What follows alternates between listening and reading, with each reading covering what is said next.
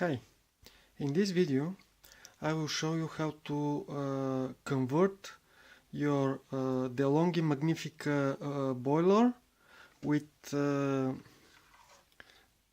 replace it actually with the boiler from Saeco J boiler. So I will remove the standard Magnifica boiler and I will install this boiler from Saeco. So first, what is the problem with the boiler of DeLonghi Magnifica? Very common problem with these boilers are when the leaks start from the boiler O-rings. The owner doesn't pay attention, and this most of the time destroy one of the heating elements. So the heating elements on the top is not in the water, and most of the time these heating elements work, but the one on the bottom of the boiler is burnt. It's not working. So what it's happened?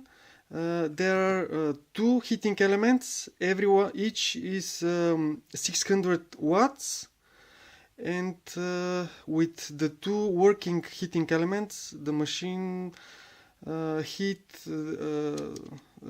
to temperatures around maybe 2 minutes or less. And when one of the heating elements is not working, it's double this time. So if your machine heats for 5 or 6 minutes, that means that one of the heating elements is burned. So what is the machine can work with only one heating element, but what is the problem here? So as you can see, here you have thermal sensors for the water, and when only these heating elements from this half working and start heating, this half of the boiler is heating, let's say, to 100 degrees, and this one, the other, is 87, I think, for the coffee. And what is happen when the water goes inside the boiler?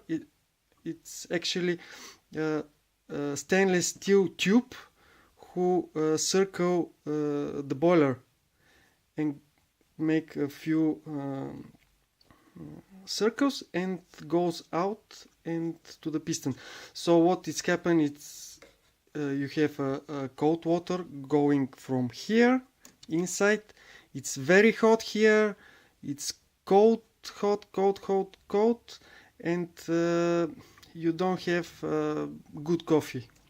So it can work with one heating element, but it's not good for your coffee.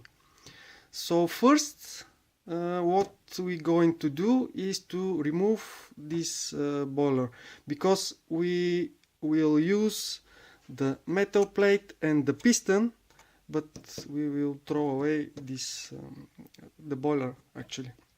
So first we have to disconnect the cables. So we can go here, and you can see this one here is the thermosensors.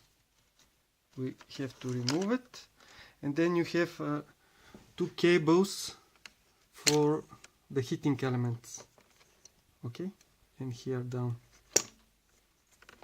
So now we have to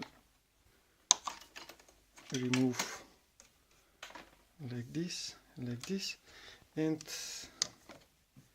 the hose that connects to the pump. I remove the clamp here, so it's easy for me with one hand to remove it and show it to you. So the next thing, and I also remove, you can see here you have 4 bolts that hold the boiler on the place. I removed the nuts, so I only have to remove the bolts. There are 4. Okay. And something else, when the leak starts, so this is the problem why it doesn't work this machine. When the leak starts, you can see the corrosion here, and this corrosion warp the metal plate, so the switch is not on the right place, it's a little bit displaced, and this bottom plastic cannot push this switch, and the machine says there is a problem. I will show you when I remove the boiler what's happened there. So something else, we have this here to remove. Okay, and we need to remove the hose for the